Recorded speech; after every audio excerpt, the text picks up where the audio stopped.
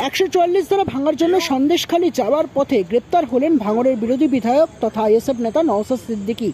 Science সিটির কাছ থেকে গ্রেপ্তার করা হয় ভাঙড়ের এই বিরোধী বিধায়ককে। মঙ্গলবার সন্দেশখালী যাওয়ার জন্য রওনা হন আইএসএফের এই বিধায়ক। ঘটনাস্থল থেকে 62 কিলোমিটার দূরে তাকে 144 ধারা দেখিয়ে আটকানো হয় বলে অভিযোগ। তারপরে গ্রেপ্তার করা হয়। নওশাদের দাবি, তার সঙ্গে 4 জনের বেশি কোনো লোক ছিলেন না। আপাতত প্রিজন ভ্যানে তুলে নওশাদ সিদ্দিকীকে নিয়ে যাওয়া হয় লালবাজারের উদ্দেশ্যে। বিকেল গড়াতেই লালবাজারে এলেন নওশাদ সিদ্দিকীর আইনজীবীরা।